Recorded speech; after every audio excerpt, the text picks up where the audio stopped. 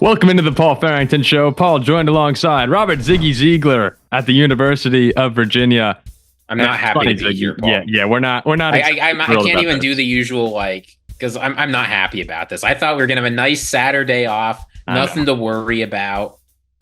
I know. I'm sitting here on Saturday afternoon, just watching some football. It's great to finally have football back. Kind of get that feeling of a Sunday a little bit. And I start looking. I'm watching Jets Commanders, and I start seeing updates on my phone. Caleb Williams, big play. Caleb Williams, unbelievable escape. And I'm like, oh, this is not good. So I jump over to the Bears game. And, Ziggy and I texted each other. We said, we got to hop on because Caleb Williams looked really, really good in his preseason debut. And you can't put too much into preseason. It's funny how if Caleb Williams came out and was horrible, Bears fans, everyone would have been saying, oh, it's just preseason, give him time. On the other hand, when you look good in the preseason, it's real easy to just sit back and go, holy crap, we nailed this pick. Like it's on in Chicago right now. And just from watching, 4 for 7, 95 yards, 102 or just about 102 passer rating. I thought everything we saw from Caleb Williams today, Ziggy, the improvisation on the little dump off 42-yard pass to DeAndre Swift, the laser beam throws to Cole Kmet and DJ Moore. And the Cole Kmet throw, Ziggy said went backstage, that's what everyone's going to be talking about on the run to the right. Just a bullet to Kmet. Exactly, the arm strength that we talked about. And then, of course, the escapability, maneuvering in the pocket, 13-yard scramble on 3rd and 9 to get a first down. Everything that we thought Caleb Williams could bring to the table, you saw a little snippet of it in that first quarter against the Bills. I just sat back and went, this is a problem. Like, he's going to be a problem this year. Am I? Yeah, I was texting a resident expert Bears fan, Weston Dow, who's been all in on every Bears quarterback they've taken since the day he was born. But the takeaway he had, I asked him, what was your one takeaway from Caleb Williams' performance today? And he said that it's that Caleb Williams made throws that Justin Fields and Mitch Trubisky never could. Just took a couple of plays for Caleb Williams to show why everybody thinks he's that guy for the Bears. Now, as I said, right, everybody's going to be excited about that Cole Kmet play. But what stood out to me more than even that was the fact that Caleb Williams looked great in this offense, right? Yeah, he was 4 for 7, but 2 of them were drops. One of them was a throw out of the end zone. And everyone was where they needed to be. He was managing NFL pressure well. He didn't take any snaps. He wasn't hit. Like, the worry that everybody had coming out was, is he going to hold the ball too long and panic like we saw at USC last year? The takeaway I got, Caleb Williams is ready to play in an NFL offense. I know it's only preseason, but this was against the Bills' first-team defense. Even though they lost some players, you've still got Sean McDermott. He came out there wanting to make Caleb Williams look like a fool, make him look like an idiot in his NFL debut. Wasn't able to do it. So Shane Waldron and Caleb Williams, the connection is there. They operated the offense well. And that's worrying. If he's a functional quarterback with big physical upside, it could be a long season. See, that's the thing, Ziggy. We have to keep in mind, and I do want to, emphasize it again, is that this is preseason week 1. Remember EJ Manuel back in Buffalo? Awesome.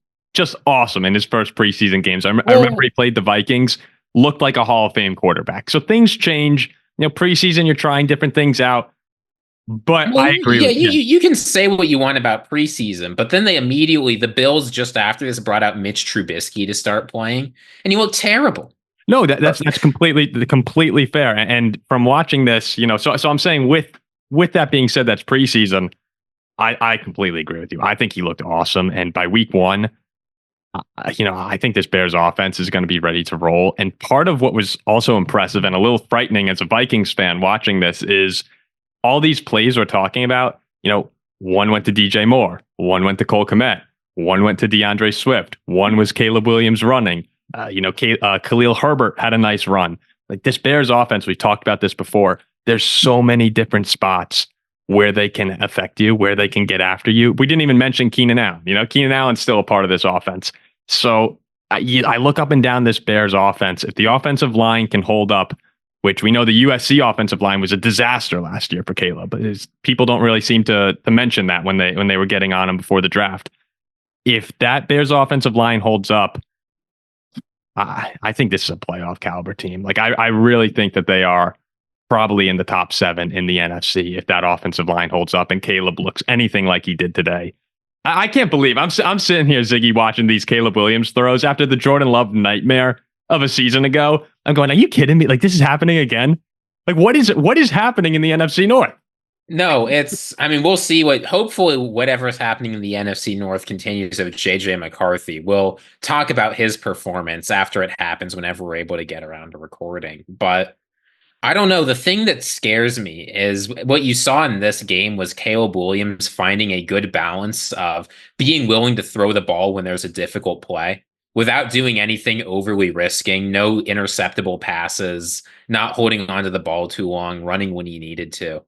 And again, it seems this reveals to me, it really looks like the problems were at USC. And while there will obviously be growing pains. Yeah, no kidding. I couldn't believe that people were bringing up.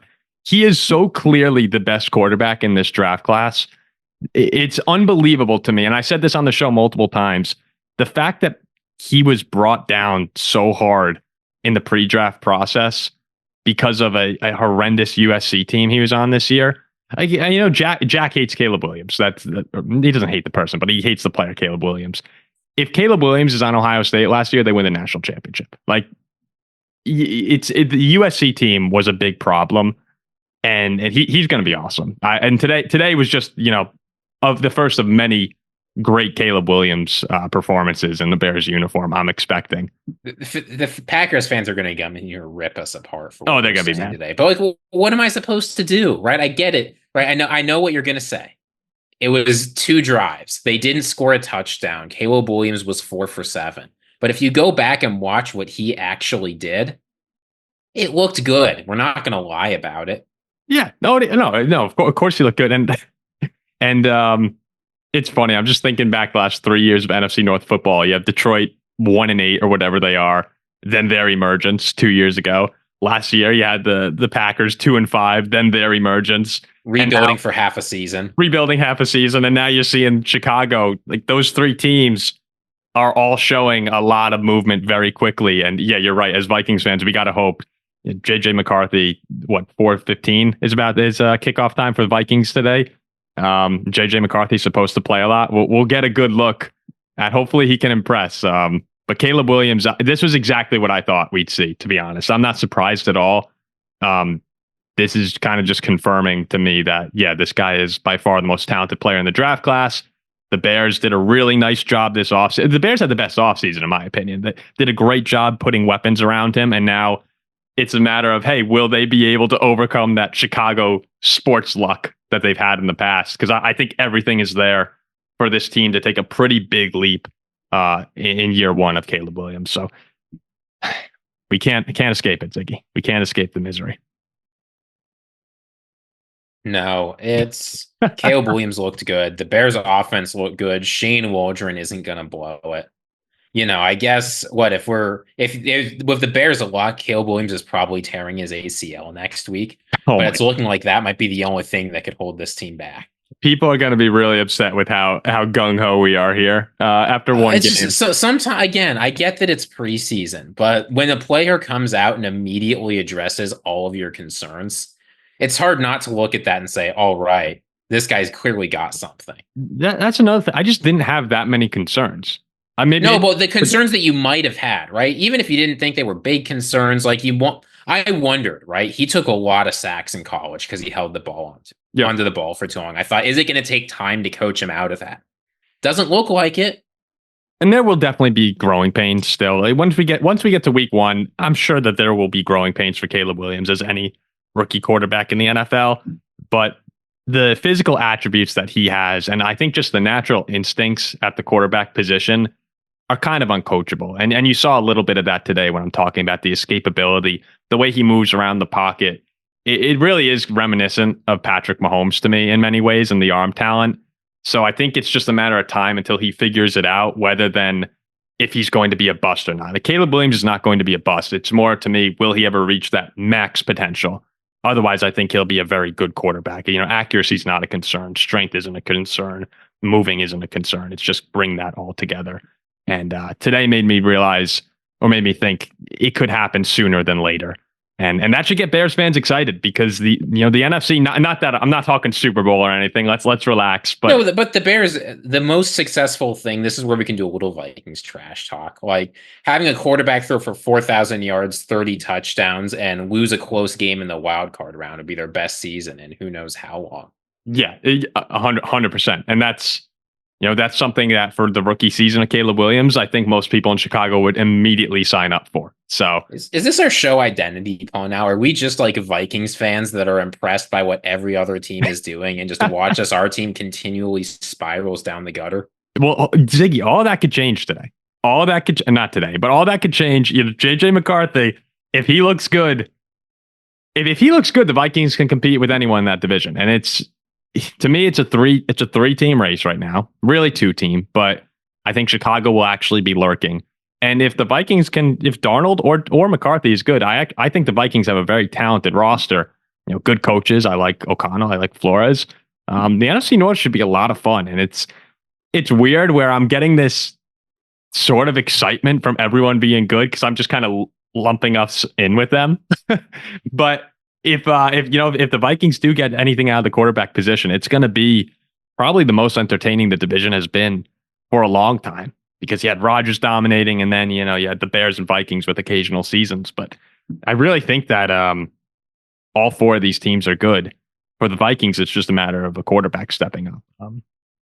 And today, Chicago seems to have validated that they got their guy, even though it's preseason week 1. All right, any closing thoughts here, Ziggy, before we wrap up this Chicago Bears reaction? All I have to say is this, is if you think that we're freaking out, overreacting, maybe you're right, but go on Twitter or your social media platform of choice. I'm sure this will be everywhere. Search Caleb Williams, Cole Kmet, and you will see why Bears fans will be saying tomorrow, this is the most physically talented quarterback they've ever had. 100% agree. It's yeah, I think the biggest sign of hope that I have is that Chicago just always finds a way to screw it up. And it feels like that's the thing. There's going to be something we haven't considered, some like totally outside the imaginable realm that will just ruin this team. That's what you hope for if you're a Vikings fan, Packers fan, or Lions fan. So we're waiting on that. We'll wait for the divine intervention on the Bears here. But as far as today goes, they seem to be in good shape. So we'll wrap up this instant reaction here. The first instant reaction, Ziggy, of the 2024 season. Did not think it would be happening. Yeah, to football. No. Did not think it would be happening, but me and you text each other. We got to hop on here and talk a little bit. So we'll see. We're not sure if we'll be back tonight with Vikings and Packers. We're gonna try. If not, we'll have something out tomorrow. But and Jane Daniels, like a bunch of people are playing, so we'll try and get a reaction to some other stuff coming out. Maybe later tonight, possibly Sunday. So. Yeah, and then we'll have our usual full show coming out where we can step back, put this in a little bit more context, and not have the panicky freaking out. Oh goodness, Caleb Williams looked like an NFL quarterback. Yeah, that's when we won't be freaking out. It'll be more just misery, more of just it'll have sunk in. We'll get to acceptance by the end of the Tuesday episode. You'll see us go through the stages of grief. What's the first one, Ziggy? Is it denial? Yeah, we didn't even pass. We need Jack on the show. Jack's in denial. he could be. We'll be pushing that up. All right. So as you can watch us continue the stages of grief, yet again with another NFC North opponent in the upcoming episodes. We'll see you next time.